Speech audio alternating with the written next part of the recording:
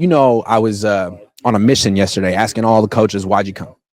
Which I think is kind of funny because Kyle didn't come and why. But it's also interesting. Like, these are really smart, successful, experienced people. Sean Payton, Andy Reid. What do you get out of this? It would have been nice to ask Bill Belichick if he were still in the NFL, because clearly these are guys who feel it's not a waste of time. I mean, Andy Reid was just in the Super Bowl 2 weeks ago. Now he's here. Kyle's had like a month and a half off, and he's not here. So ask John Lynch, why do you come? And he's completely prepared for it. He's like, I know there's a lot of talk about Kyle not coming, but I don't know. It just seemed like even John Lynch understands, like, you really need to meet these players. And I wonder if the 49ers feel like what he said is that Kyle's in the meeting, but on Zoom. Like John's sitting there, but Kyle is like, there's like a laptop next to John and Kyle's face is on it. I think that's so weak. I just think it's super weak, man. So you want to be in the meeting. You want to meet the player because you acknowledge it's important, but you do it from home so you can be on. That doesn't make any sense.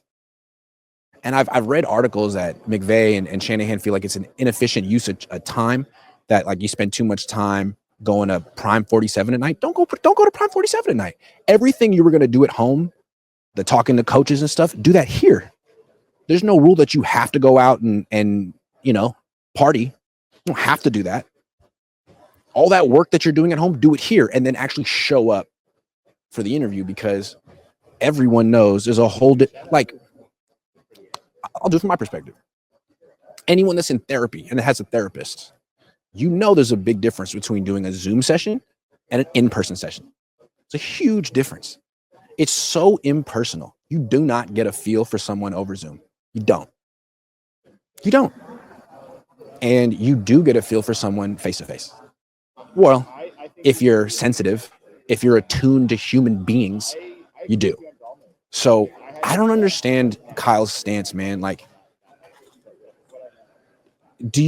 are you just, I mean, you're not lazy. You work hard. You travel a lot. I just don't get it. And the thing is, he used to come.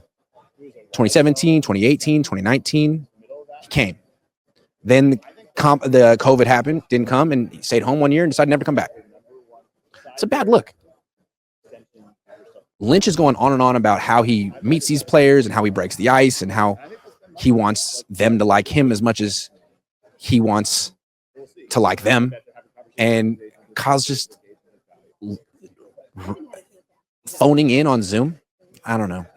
I thought that was interesting. Not here for the formal interviews. To me, if I were the owner of the team and my coach didn't come, I'd look at it as a slap in the face to me. Like, you don't even want to pretend to work hard. You don't even want to give the appearance of working hard after a 6-11 season. Give the 11th pick in the draft. You're going to be the one who makes the final decision on who to take, and you're not going to really know the guy. Why? I don't know. It just seems like if all of these people find value in coming, Kyle should too. Like, Kyle's a good coach. I'm not saying he's not a good coach. Kyle's a good coach. He's not. I think the Niners could do a lot better. But he's good.